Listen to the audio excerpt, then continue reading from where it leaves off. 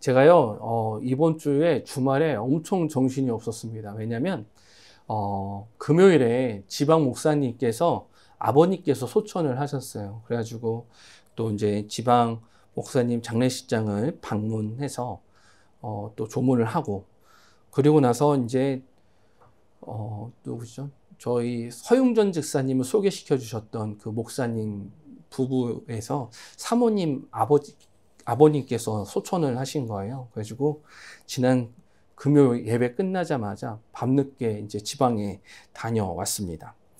그래서 금요 기도를 마치고 이제 빈소를 방문했는데 사모님께서 갑자기 가만히 계시다가 저희를 보고 막 우시는 거예요. 그러니까 그 전에는 이제 사람들이 오전 내내 이제 조문 빈소를 방문했는데 그냥 멍하니 가만히 그냥 조문객만 받다가 이제 저희를 보면서 갑자기 눈물이 터지신 겁니다. 그래서 그런 얘기 이제 그 사모님께서 이제 너무 힘들고 어려우니까 자신에게 있었던 그런 아픔들, 어려움들을 얘기 안 하시고 계셨던 거예요. 그러다가 이제 저희한테 얘기하시다가 근데 대부분 그런 얘기를 하는 겁니다. 어떤 이야기를 하시는 거냐면 대부분이 이제 후회에 관한 것들이었어요. 후회. 이런 거죠. 뭐 아버지께 더 잘했어야 되는데 내가 더 기도했을 때 아버지를 섬겼어야 됐는데 전화 한 번이라도 했었어야 됐는데. 근데 그 얘기 듣는데 제가 경험했던 또 그런 경험이었어요. 저에게도 얼마 전에 아버지를 이제 소천 보내드리고 경험했던 후회들, 그런 후회들을 저도 생각해 보게 됐습니다. 저는 그 사모님을 보면서요, 우리가 가지고 있는 좀 후회에 대한 무게를 좀 생각해 보게 되었습니다. 어제는 결혼식이 또 있었어요. 그래가지고 지방에 또 결혼식을 다녀왔는데, 금요일에 그렇게 조문을 하고 나서 그렇게 결혼식장에 가면서 그 결혼하는 청년의 모습을 보면서 그런 생각이 듭니다. 저 청년은 후회를 할까? 가장 행복한 이 시간에, 결혼을 하는 이 시간에 과연 저 청년은 후회를 할 수 있을까? 라는 그런 생각을 합니다. 아마 후회를 하지 않을 거예요. 왜냐하면 결혼하는 순간이 너무 행복하니까요. 물론 결혼하신 성도님들 가운데는 다를 수 있어요. 근데 그 중요한 것은 그 청년의 모습을 보면서 그 순간에 과연 후회를 할 수 있을까? 라고 생각했을 때 후회를 전혀 하지 않을 것 같습니다. 근데 제가 그런 물음이 하나 생겼습니다. 뭐냐면 따라해보실까요? 나는 왜 후회를 하는가? 성도님도 후회하실 때 있으시죠? 언제 주로 후회를 하십니까? 라는 물음을 던져놓으면서 제가 하나 이야기를 해드릴게요. 세계적인 학자가 있어요. 학자 중에 한 명이 누구냐면 다니엘 핑크라는 사람이에요. 이름이 기가 막히죠. 다니엘 핑크예요. 근데 이 사람이 되게 유명한 사람인데 2022년에 책을 한 권 냅니다. 어떤 책이냐면 이 책이에요. 후회의 재발견이라는 책입니다. 후회를 재발견하는 책인데 어떻게 하냐면 이 책에서 이제 조사를 해요. 전 세계 109개 개국에, 그러니까 109개국 그 22,000명의 사람들한테 조사를 합니다. 어떤 조사는 후회 조사. 당신들은 언제 주로 후회를 하십니까? 라는 그런 조사를 합니다. 그래서 결과가 나왔는데 우선 듣기 전에 성도님들 언제 후회하시죠? 언제 주로 후회하십니까? 한번 생각해 보세요. 저희 아내도 한번 물어보고 싶은데 언제 후회하십니까? 막 이렇게 물어보고 싶은데 중요한 것이 있어요. 한번 볼게요. 언제 주로 후회를 하냐면 이런 거예요. 기초적인 것들에 대한 후회래요. 그러니까 뭐냐면 이거요. 충분히 저축할 걸. 그러니까 기본적인 거. 그리고 건강에 신경 좀 쓸 걸. 그리고 열심히 공부 좀 할 걸. 이런 것들. 이런 것들에 대한 이제 후회였습니다. 그래서 그러니까 뭐냐면 기초적인 것들. 내가 좀 이것 좀 해놓을 걸. 뭐 공부 좀 할 거, 돈 좀 모을 거, 운동 좀 할 걸, 껄껄껄이라는 것들이 그런 것들이죠. 근데 이거예요. 잘 들어보세요. 후회를 자주 하는 사람들이 특징이 있대요. 어떤 특징이냐면 이겁니다. 자신의 이상적인 자아의 모습이 크고 그리고 추상적이고 광범위한 목표를 가진 사람들, 그리고 실천 전략이나 계획이 없고 중요한 거 뭐예요? 실제로 하지 않는 사람들이 후회를 많이 한다고 합니다. 제가 지난주에 그 설교 때 그 얘기 해드렸잖아요. 운동. 기도는 운동과 같다 라고 했던 거 기억나시죠? 예. 너무 우리 몸에 좋은 건 알지만 하지 않으면 다 소용이 없어요. 후회도 마찬가지입니다. 실제로 그냥 이상이 크고 생각이 크지만 하지 않으면 결국 후회를 하게 되어 있다라는 거죠. 그러면 내가 하는 후회들에서 한번 생각해 보세요. 어떤 후회들인가? 좀 생각해 보시고 계시죠? 자, 여기서 이제 제가 더 이야기할 게 있는데 뭐냐면 사람들이 가장 후회하는 것을 두 가지로 나눌 수 있어요. 뭐냐면 이겁니다. 한 것에 대한 후회, 그리고 뭐예요? 안 한 것에 대한 후회입니다. 그 중에 가장 많이 후회하는 게 뭘까요? 사람들이 후회하는 게 두 가지잖아요. 한 것, 안 한 것. 그 중에 제일 많이 후회하는 것은 뭐냐면 따라해 보실까요? 안 한 것. 안 한 것. 좀 있어 보이는 단어로 쓰자면 행동하지 않은 것에 대한 후회를 사람들이 그렇게 많이 한다고 합니다. 심지어 나이가 들어갈수록 그것은 더 많아져요.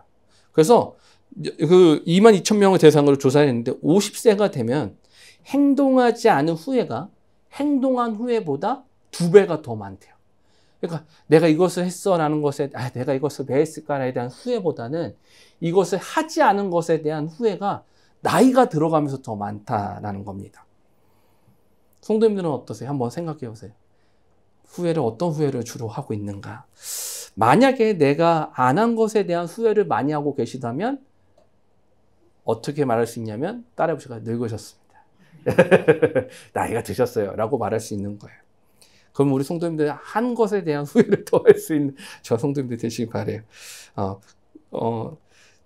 근데 더 충격적인 것은 이제 우리나라 이제 이야기인데 분당 메모리얼 파크라고 해가지고 그 이제 장례식장 아니지 뭐라고 해야 되나 그 승하원 같은 인천의 승하원처럼 이제 모시는 곳 그곳에서 이제 조사를 합니다. 사별한 가족에 대해서 가장 후회하는 것이 무엇입니까? 라고 물어보니까 첫 번째가 뭐냐면 자주 찾아뵙지 못한 것. 네. 우리 부모님을, 우리 자녀를, 우리 남편, 아내를 자주 찾아보지 못한 것. 두 번째, 가보고 싶은 곳을 못 간 것. 이게 두 번째예요. 이게 저 다 포함되더라고요. 그래서 여기서 또 질문을 하나 해요. 그러면 사별하신 분이 살아계시면 무슨 말을 가장 많이 하고 싶으십니까? 라는 말이 절반 이상 51%가 뭐라고 할게요? 다 머릿속에 생각나시겠지만 사랑합니다. 야, 이 사랑합니다 말을 저도 이거 수치를 보면서 놀란 건데 2명 중에 1명은 이 말이었다는 거예요. 그 말을 너무 하고 싶기도 했지만 뭐예요? 하지 못했다는 거예요. 하지 않은 거일 수도 있고. 근데 그랬던 것이죠. 사랑합니다라는 말을 제일 하고 싶다라는 사람들의 이야기가 있었어요. 아마 그 금요일에 봤던 사모님의 눈물도 아마 그런 눈물이었을 것 같습니다. 하지 못했던 것. 갑작스럽게 돌아가셨거든요. 그래서 그랬는데 근데 어제 만난 그 청년도 이런 후회를 하게 되지 않을까, 할 수도 있지 않을까. 나아가 오늘 이 말씀을 듣는 저와 성도님들도 그 사모님처럼 그런 후회를 하는 경험이 있었을 수도 있고 있게 될 수도 있지 않을까. 그러면 한번 성도님들 생각해 보자는 거예요. 뭐냐면 후회는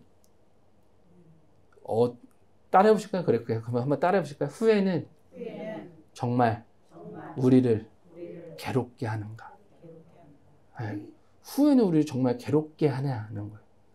성도님도 어떻게 생각하세요? 한번 이걸 가지고 말씀을 좀 더 살펴보고자 하는데 오늘 말씀을 보면 누가 나오냐면 베드로가 나옵니다. 근데 베드로라는 예수님이 아주 사랑하는, 물론 제자들 다 사랑하셨겠지만 그 사랑하는 제자였던 베드로는 예수님이 돌아가시고 난 뒤에, 부활하시고 난 뒤에 그 안에 있었던 것이 있습니다. 무엇이냐면 따라해 볼까요?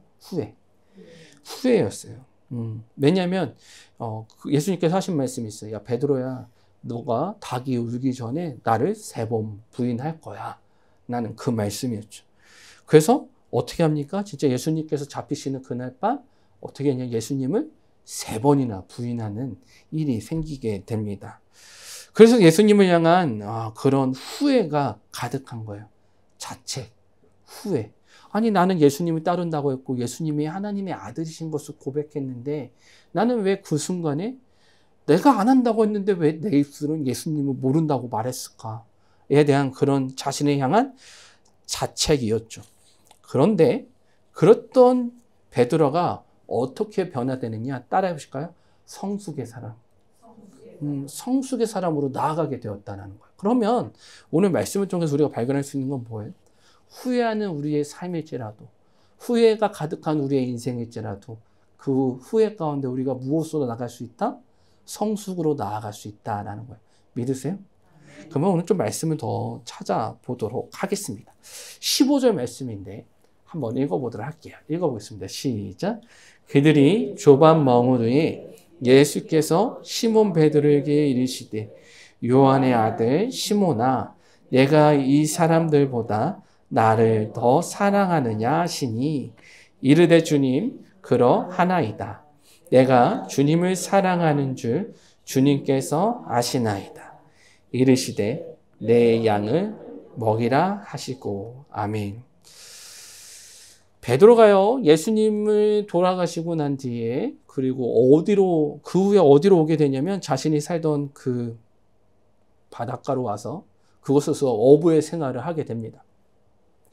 근데 그 갈릴리 바다, 갈릴리 호숫가의 이 시점은 언제냐면 새벽이에요. 새벽, 밤새도록 고기를 잡고 돌아온 시기입니다.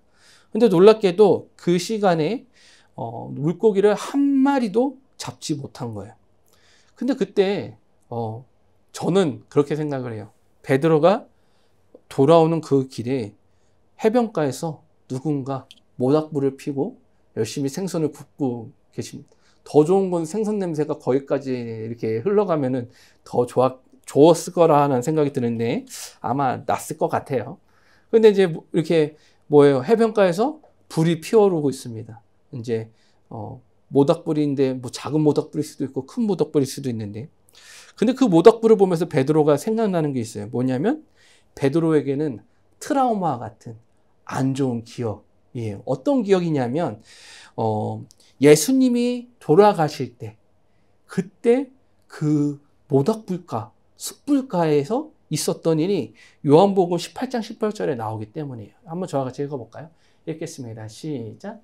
그때가 추운 거로 종과 아랫사람들이 불을 피우고 서서 쬐니 베드로도 함께 쬐더라. 아멘.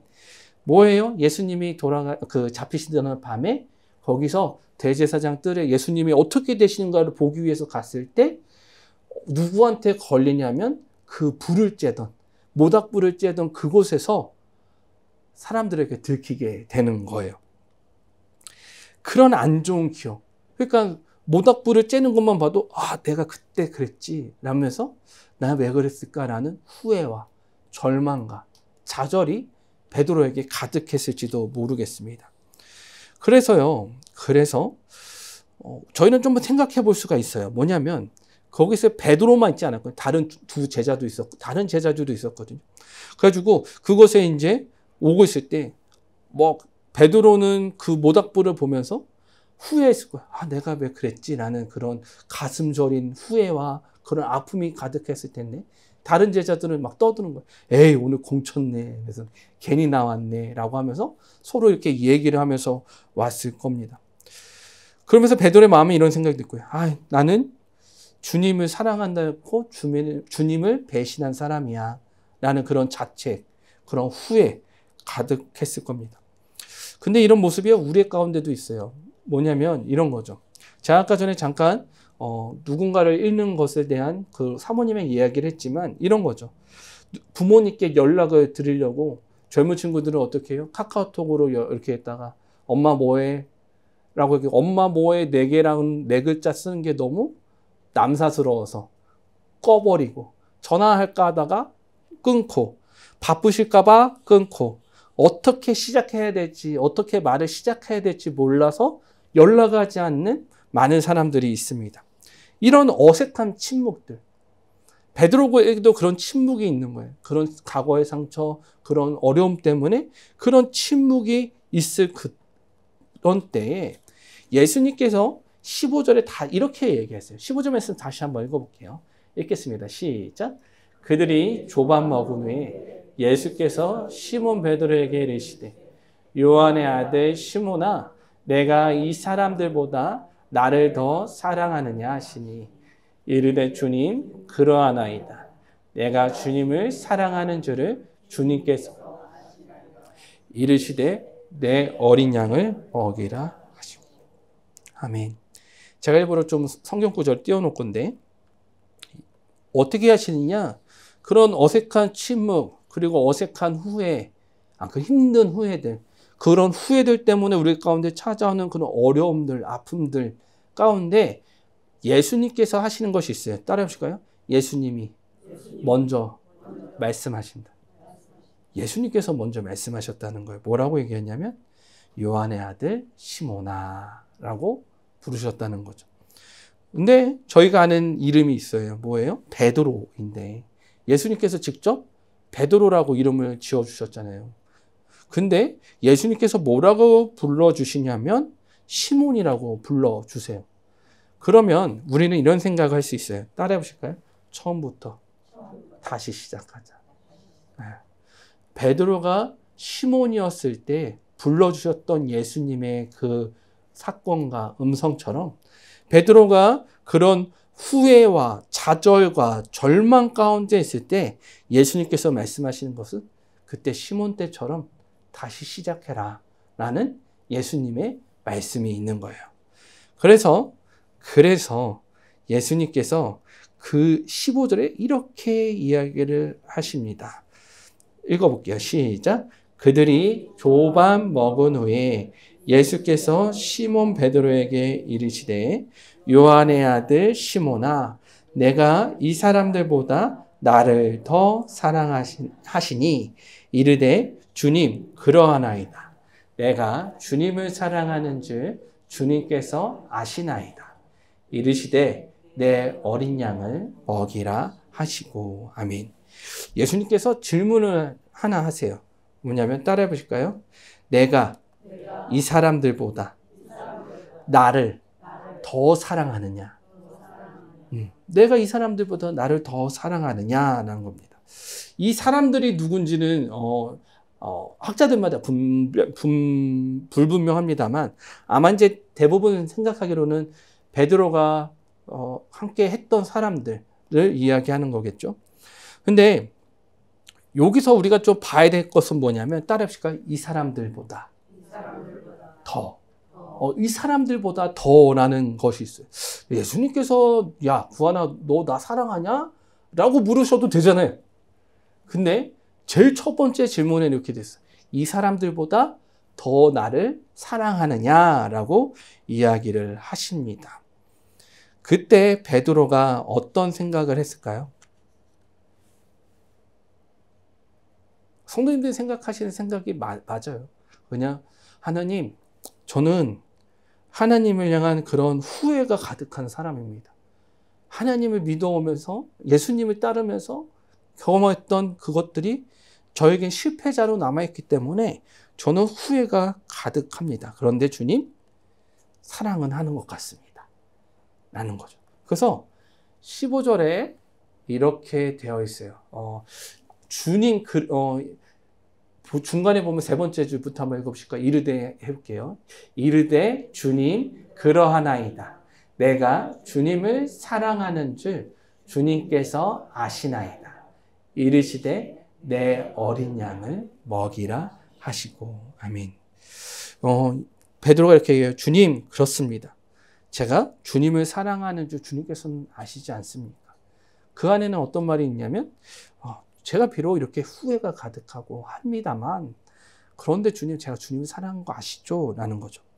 근데 이제 많이 이제 성도님들 그 이야기 들으셨겠지만 뭐냐면 여기서 이제 예수님께서 이렇게 얘기하세요. 야, 베드로야, 넌 날 무조건적으로 사랑하냐? 저 무조건 사랑하냐? 라고 물으시는 거예요. 첫 번째 질문에서. 근데 베드로가 말하는 것은 뭐냐면 이렇게 주님, 저는 그런 무조건적으로 완벽한 사랑을 할 수 없는 존재입니다. 그런데 제가 하는 사랑은 친밀한 사랑. 친밀한 사랑을 하는 것은 분명합니다. 라는 게 여기서 말하는 베드로의 말이에요. 그러니까 예수님은 야, 너는 날 무조건 사랑해? 완전 사랑해? 라고 물으실 때 베드로가 말하는 건 주님, 제가 완전 사랑할 수 없는 그런 존재지만 제 분명한 것은 저는 주님을 친밀하게 사랑하고 있어요. 라는 이 말이 여기에 베드로의 말인 거죠. 그래서 그 말을 듣고 예수님께서 어떻게 하시게요? 들었으면 됐지. 또 물어보세요. 아주 예수님도 기가 막히신 분이에요. 왜 그렇게 불편스럽게.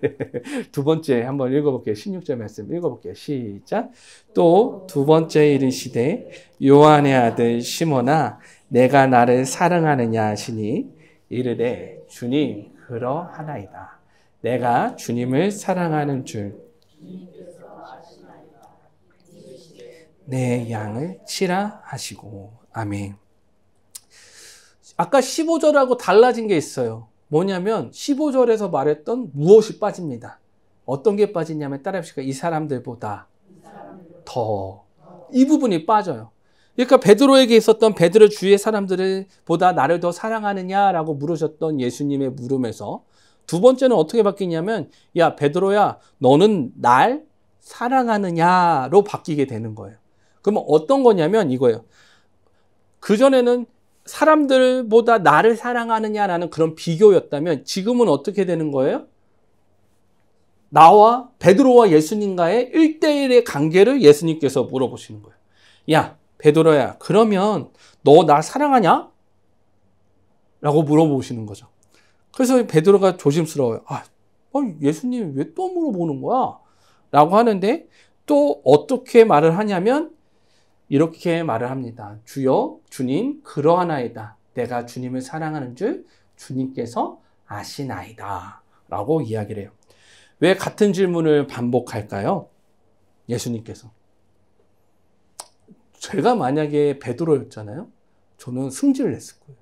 한 번 물어봤으면 됐지. 몇 번을 물어보시는 거냐고. 그럴 수 있는데 혹시 성도님들 가운데서 똑같은 말 자주 하시는 분들 계세요? 없으세요? 계시죠?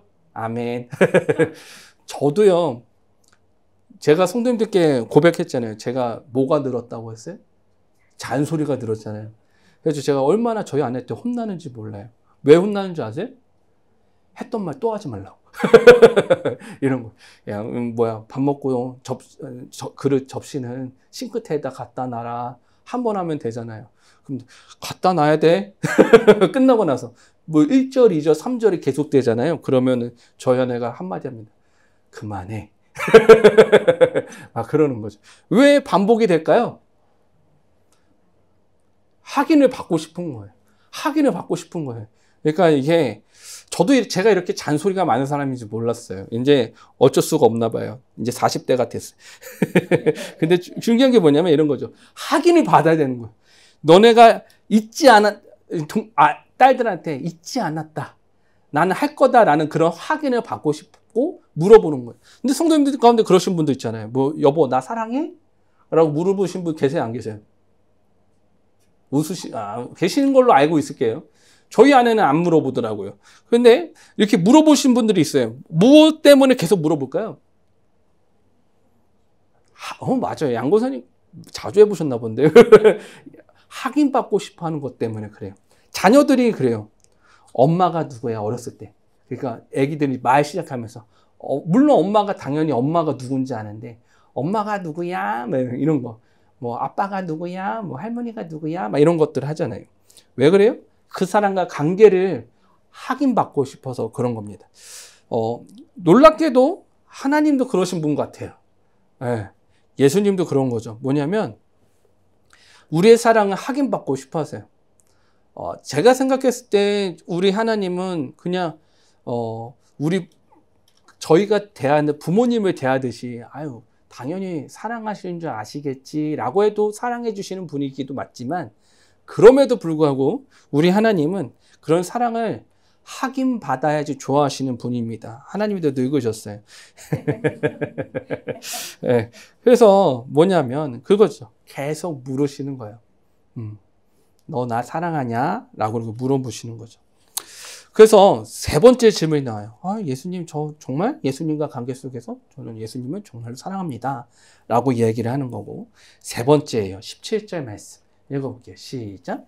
세 번째 이르시되 요한의 아들 시몬아, 내가 나를 사랑하느냐 하시니 주께서 세 번째 내가 나를 사랑하느냐 하심으로 베드로가 근심하여 이르되 주님 모든 것을 아시오매 내가 주님을 사랑하는 줄 주님께서 아시나이다. 예수께서 이르시되 내 양을 먹이라. 아멘. 예수님께서요 그동안 이렇게 물어보세요. 야 베드로야 너 정말 나 완전히 사랑하냐? 완전히 사랑하냐? 라고 물어봤거든요. 근데 이번에는 어떻게 바뀌냐면 나를 정말 친밀하게 사랑하느냐? 이걸 어떻게 표현하냐면 이거. 야 베드로야 그러면 이거야. 너가 나를 완벽하게 완전히 사랑할 수 없잖아. 그러면 내가 물어볼게. 그러면 그렇게라도 날 사랑해 줄 수 있냐? 라고 물어보는 거야. 네가 부족한 저는 후회가 가득한 사람이고 부족한 사람이라서 예수님을 사랑하는 건 완벽하게 사랑할 수 없지만 그래도 저는 주님을 사랑합니다. 라고 말해왔더니 예수님께서 그럼 베드로야 너 그런 사랑을 나한테 해줄 수 있겠느냐? 라고 묻는 거죠. 그랬더니 베드로가 이렇게 이야기합니다. 그 말을 듣고 뭐라고 하냐. 베드로가부터 한번 읽어보실까요? 세 번째 줄에 있죠. 베드로가 읽어볼게요. 시작. 베드로가 근심하여 이르되 주님 모든 것을 아시오매 내가 주님을 사랑하는 줄 주님께서 아신. 여기까지. 자, 성도님들 그러면 제가 한번 물어볼게요. 여기서 뭐라고 어떤 단어가 시작하는지 아세요? 베드로가 어떻게 했대요? 근심했대요. 근심. 자, 사실 이거잖아요. 성도님들 뭐냐면 사랑을 묻는 그 자리에 사실 저희가 드라마를 보거나 어떤 책을 보더라도 만화를 보더라도 저희들이 사랑이 오고 가는 그 자리에 근심이라는 단어가 어울릴 것 같으세요? 이런 거예요. 예를 들어서 이런 거죠. 우리 양권사님하고 이예숙 제사님이 여보 사랑해라고 했는데 그러면 양권사님 어떠세요? 행복하시고 좋으시죠? 아멘. 그런데 그런 거예요. 여보 사랑했는데 갑자기 근심이 가득해진다. 저 사람이 날 왜 사랑한다고 했지? 막 이러면 말이 안 되는 거잖아요. 제가 무엇을 이야기하고 있는 거냐면 그 베드로가 가지고 있는 그 근심은 어디서부터 오는 거냐면 그 후회에서부터 오는 거예요. 내가 예수님을 부인했던 그 각오, 그 경험, 그것들이 예수님 앞에 또 주님을 사랑합니다라고 말하는데 그 자신에게 찾아오는 부끄러움들.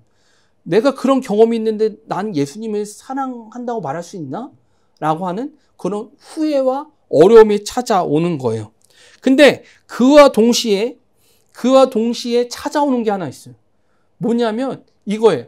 베드로가 예수님을 3번 부인했던 것처럼 베드로가 예수님을 3번 사랑한다라고 고백하게 될 때 내가 이것을 이길 수 있다라는 회복을 경험하는 예수님께서 내가 했던 그 말을 기억하고 계셨구나. 그러니 나는 이것을 통하여 내 입을 통하여 3번 고백하라는 예수님의 뜻이구나 라는 것을 베드로가 깨닫게 되는 거예요. 그래서 성경은 이것을 근심하다라고 표현을 합니다. 그러니까 과거의 그 자신의 삶과 현재 그런 과거의 삶을 통해서도 나아가려고 했던 그 자신의 그 삶 가운데서 고민하고 있는 베드로의 모습이 여기에 담겨져 있는 거예요.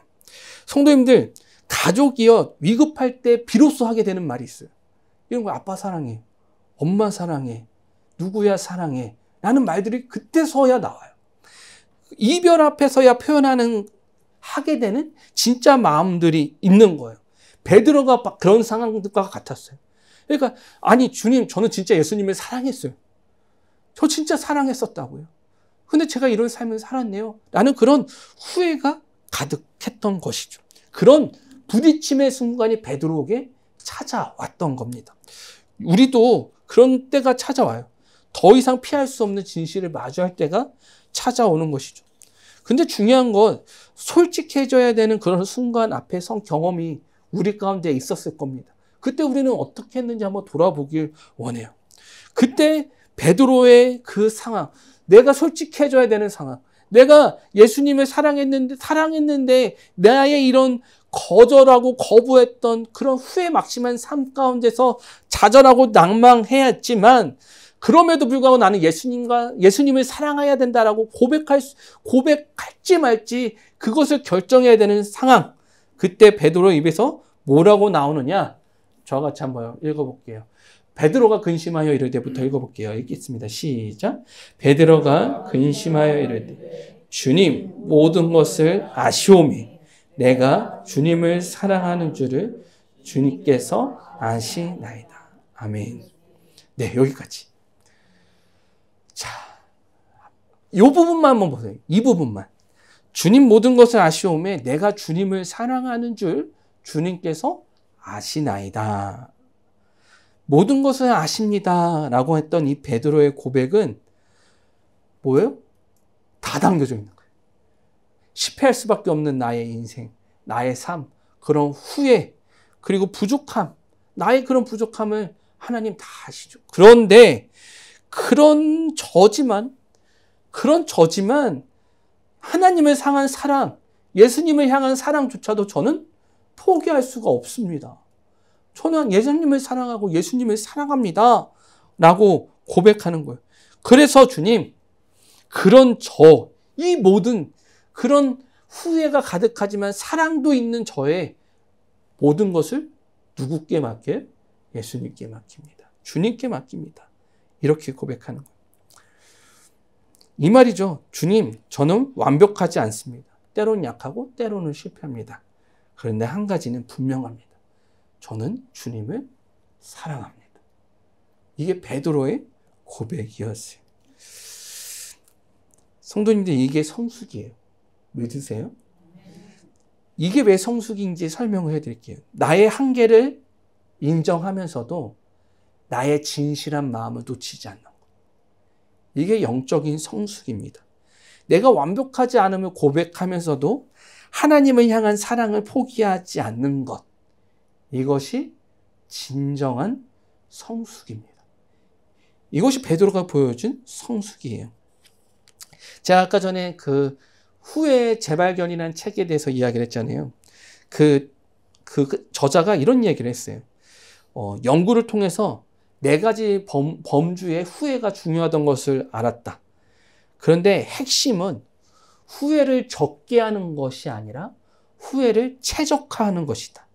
모든 것을 완벽하게 할 수는 없지만 중요한 것들에서는 후회하지 않도록 최선을 다하는 것이다.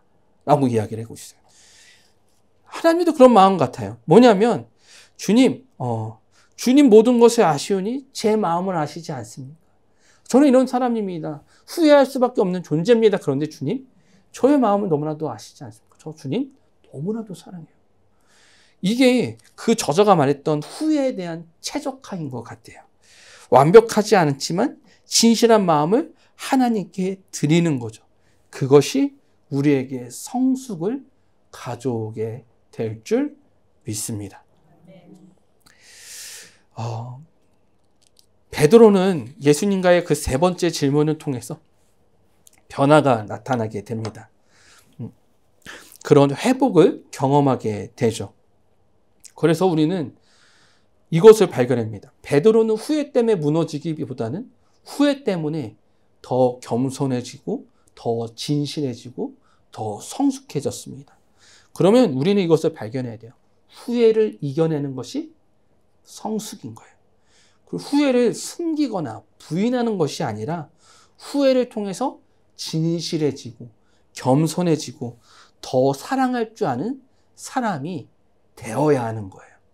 그게 영적인 성숙입니다. 그래서 하나님은 그런 후회와 실패조차도 사용하시는 분이세요. 빌립보서 3장 13절 말씀이에요. 14절까지 말씀 읽어볼게요. 형제들아 나는 아직 내가 잡은 줄로 여기지 아니하고 오직 한 일, 즉 뒤에 있는 것은 잊어버리고 앞에 있는 것을 잡으려고 표대를 향하여 그리스도 예수 안에서 하나님이 위에서 부르신 부름의 상을 위하여 달려가노라. 아멘. 고린도서 12장 9절은 이렇게 이야기합니다. 읽어볼게요. 시작. 나에게 이르시기를 내 은혜가 내게 족하도다. 이는 내 능력이 약한 데서 온전하여 짐이라 하신지라. 그러므로 도리어 크게 기뻐함으로 나의 여러 약한 것들에 대하여 자랑하리니 이는 그리스도의 능력이 내게 머물게 하려 함이라. 아멘. 하나님은 우리의 실패와 후회까지도 사용하시는 분이십니다. 완벽한 우리의 사랑, 그런 것을 원하시는 분이 하나님이 아니세요. 무엇을 원해요? 우리의 진실된 사랑, 진실된 마음, 그런 것들을 원하시는 분이시죠. 그래서 베드로는요, 어떻게 됩니까? 베드로전서 5장 10절 말씀입니다. 제가 준비는 안 해드렸는데 잘 들어보세요. 모든 은혜의 하나님이 그리스도 안에서 너희를 부르사 자기의 영원한 영광에 들어가게 하시니가 잠깐 고난을 당한 너희를 친히 온전하게 하시며 굳건하게 하시며 강하게 하시며 털을 견고하게 하시리라. 아멘. 무슨 말이에요? 자신의 실패조차도 후회조차도 하나님의 능력이요 하나님의 권능이라는 것을 베드로는 발견하게 된 거예요. 이게 성숙입니다. 이게 성숙이에요. 사랑하는 성도님들, 우리도 마찬가지지 않겠습니까? 우리에게도 그런 눈물을 흘리는 후회가 찾아올지도 모르겠어요. 우리에게 하나님을 향한 하나님에 대한 후회가 우리 가운데 찾아올지 모르겠습니다. 그런데 중요한 것은 무엇이냐면 그 후회가 우리를 무너뜨리는 것이 아니라 더 진실하고 겸손하고 사랑 가운데 거하게 할 수 있는 저와 우리 성도님들 되시길 축복하고 축복합니다. 기도하시겠습니다.